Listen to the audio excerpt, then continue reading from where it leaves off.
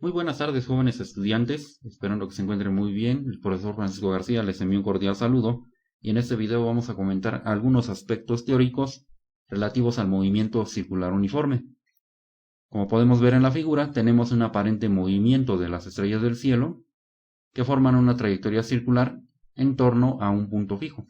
Esta fotografía en realidad lo que nos está mostrando es una consecuencia del efecto de rotación de la Tierra sobre su propio eje. Dado que la Tierra está girando continuamente, cualquier observador que se encuentre sobre ella va a girar también, y entonces si nosotros colocamos una cámara que vaya registrando la imagen durante un tiempo prolongado, observaríamos este desplazamiento. Comenzando con el estudio del movimiento circular uniforme, vamos a considerar el caso de esta figura, en la cual estamos representando una partícula que está dando vueltas sobre una trayectoria circular. Esta partícula se encuentra ligada a un centro de rotación mediante algún elemento, como puede ser una cuerda. Para describir el movimiento de la partícula, vamos a hacer uso de algunos elementos. Primero, consideraremos una línea de referencia, que podemos tomarla como aquel punto en el cual la partícula comenzó a girar. Por conveniencia, podemos considerar que esa partícula comenzó a girar a partir de esta posición que correspondería a una línea horizontal. Si la partícula se encontraba aquí, y posteriormente se encuentra en este otro punto, habrá descrito un cierto ángulo. Este ángulo que apreciamos en la figura. El ángulo, que corresponde a la abertura entre la posición inicial y la posición final de la partícula, va a describirse en radianes para el sistema internacional. Es muy importante esto. En el caso del movimiento circular no vamos a considerar los ángulos en grados, sino en radianes. La posición de la partícula también puede ser determinada a partir del radio de la trayectoria, o la distancia que existe entre el objeto o la partícula y el centro de giros. Estamos representando el sentido de giros antihorario, sin embargo, puede ser también en sentido horario y la descripción sería la misma. En el movimiento circular uniforme vamos a tener la característica de que la partícula va a estar girando siempre al mismo ritmo, es decir, va a tardar siempre el mismo tiempo en dar una vuelta. Decimos entonces que en el caso del movimiento circular tendremos un movimiento en el cual se describen ángulos iguales en tiempos iguales. Podemos definir dos magnitudes que nos van a ayudar a describir este tipo de movimiento. La primera de ellas es el periodo. El periodo se define como aquel tiempo que tarda el objeto o la partícula en completar una vuelta, y se representa mediante la letra T mayúscula. Dado que es un tiempo, sabemos que en el sistema internacional sus unidades deberán ser los segundos. Entonces, el periodo corresponde al tiempo en que la partícula parte de la línea de referencia, gira, describe una vuelta y regresa al punto de referencia. El tiempo que tarda en hacer ese movimiento se define como el periodo. De forma similar podemos definir la frecuencia, la cual nos expresa el número de vueltas que realiza la partícula o el objeto por unidad de tiempo. Esta magnitud se va a representar mediante la letra F minúscula, y su unidad en el sistema internacional es el Hertz, aunque se pueden utilizar unidades equivalentes como podremos conocer en los ejemplos posteriores. Si llamamos n mayúscula al número de vueltas y t minúscula al tiempo, entonces para calcular la frecuencia simplemente vamos a dividir n entre t y el valor corresponderá al número de vueltas que se le escriben en cada unidad de tiempo, o sea, cada segundo. En ocasiones no conocemos directamente el número de vueltas, sino lo que tenemos como información es el periodo del movimiento. Existe una expresión que nos permite relacionar la frecuencia con el periodo. Esa expresión es la que tenemos aquí en pantalla. Si nosotros conocemos cuál es el periodo, o sea el tiempo que tarda en dar una vuelta la partícula, podemos conocer la frecuencia simplemente dividiendo 1 entre el valor del periodo. Y de forma completamente equivalente, podemos calcular también el periodo en términos de la frecuencia, como 1 entre la frecuencia. De esta manera tenemos que tanto la frecuencia como el periodo son magnitudes mutuamente recíprocas, es decir, una es el inverso de la otra. Como puedes observar, las definiciones las encontrarás en la plataforma de nuestro curso. Pasemos ahora a describir qué ocurre con la velocidad en el caso del movimiento circular. Recordando el caso del movimiento rectilíneo, podemos calcular la velocidad dividiendo la distancia recorrida entre el tiempo empleado. De forma similar, en el movimiento circular vamos a considerar no una distancia, sino el ángulo que se está moviendo el objeto. Si nosotros dividimos el ángulo que el objeto describe entre el tiempo que emplea en describirlo, vamos a obtener una magnitud que se conoce como velocidad angular. La velocidad angular se va a expresar mediante la letra griega omega minúscula. Esta letra que aparece aquí, que tiene una forma similar a una W. Esta velocidad angular se va a calcular en términos del ángulo descrito expresado en radianes y el tiempo empleado en segundos.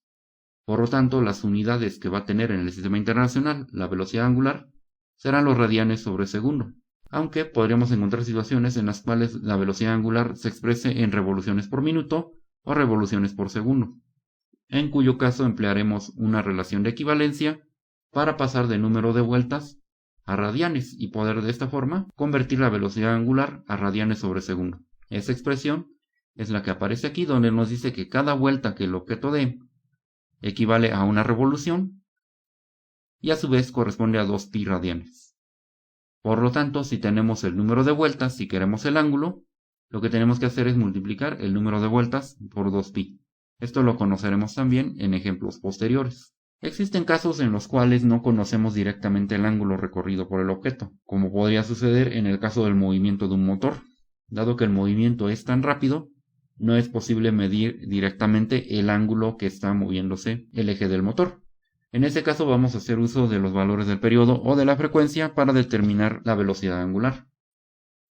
Como podemos observar, tenemos dos fórmulas que nos permiten realizar ese procedimiento. Si conocemos el periodo y deseamos saber cuánto vale la velocidad angular, lo que tenemos que hacer es dividir 2pi, que sería el ángulo correspondiente a una vuelta, entre el valor del periodo. El resultado será el valor de la velocidad angular en radianes sobre segundo. Y en el caso de la frecuencia, lo que haremos será multiplicar 2pi por el valor de la frecuencia para obtener la velocidad angular, nuevamente en radianes sobre segundo. La velocidad angular nos describe qué tan rápido está girando un objeto, o bien qué tan rápido cambia el ángulo que está describiendo el objeto con respecto a la línea de referencia de la que hablamos anteriormente. No obstante, esta descripción no estaría completa si no consideramos también una distancia. Y para esto vamos a revisar la siguiente figura. En esta figura tenemos representado un objeto que está dando vueltas describiendo una trayectoria circular. Como podemos observar, en diferentes lugares de la trayectoria, el objeto va a tener velocidades con direcciones distintas. Si nosotros queremos saber cuál es la dirección que tiene la velocidad del objeto en un determinado punto, lo que tenemos que hacer es analizar qué ocurriría si desaparece el elemento que está uniendo al objeto con el centro de giros. En este caso, si se trata de una cuerda, ¿qué pasaría si la cuerda se rompe cuando el objeto se encuentra en este punto? Si se rompiera esta cuerda, el objeto no continúa describiendo un movimiento circular, sino que sale proyectado. Concretamente sale proyectado en la dirección que tenemos representado en la figura, es decir, diagonal hacia arriba. Pero si la ruptura de la cuerda ocurre cuando el objeto está en este lugar, entonces ya no saldría proyectado en la misma dirección, sino en este caso saldría disparado hacia la izquierda. Cuando estamos en este otro lugar, al romperse la cuerda, el objeto sería proyectado hacia abajo y así sucesivamente en los diferentes lugares representados en la figura. Como consecuencia podemos observar que la velocidad no tiene siempre la misma dirección, sino que la dirección va cambiando en cada punto de la trayectoria. No obstante, aun cuando la dirección va cambiando, todos estos vectores de velocidad tienen en común que se encuentran sobre líneas tangentes a la circunferencia. Vamos a representar algunas de ellas para identificar mejor a qué se refiere esto. Tracemos una línea que contenga a este vector. Si nosotros trazamos la línea, vamos a obtener precisamente una recta tangente. Dibujémosla con ayuda de nuestra regla. Y este segmento en verde toca la circunferencia únicamente en este punto, lo que en matemáticas llamamos recta tangente. Podemos hacer lo mismo con alguna otra dirección. Por ejemplo, esta dirección que aparece inclinada.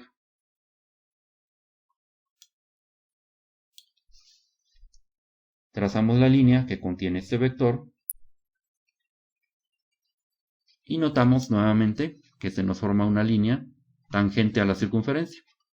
Es decir, una línea que va a tocar solamente en este punto a la trayectoria circular. Dado que la velocidad se va a encontrar siempre sobre una línea tangente, recibe el nombre de velocidad tangencial. Y podemos apreciar su efecto en dos situaciones. Regresando a nuestra plataforma, vamos a revisar primero este video. Y como podemos observar, tenemos partículas de agua que están siendo proyectadas por una llanta. La llanta está describiendo un movimiento circular, las gotas adheridas a ella describen de igual manera un movimiento circular. Sin embargo, existe el momento en el cual no pueden conservar su movimiento y salen proyectadas. En todo momento, la proyección de las gotas de agua y partículas de tierra sería en dirección tangente a la trayectoria circular, o en este caso a la llanta. Otro ejemplo lo tenemos cuando observamos cómo afilan un instrumento empleando una rueda de esmeril. Las chispas lo que están poniendo en evidencia es el movimiento de partículas que salen disparadas de la rueda de esmeril.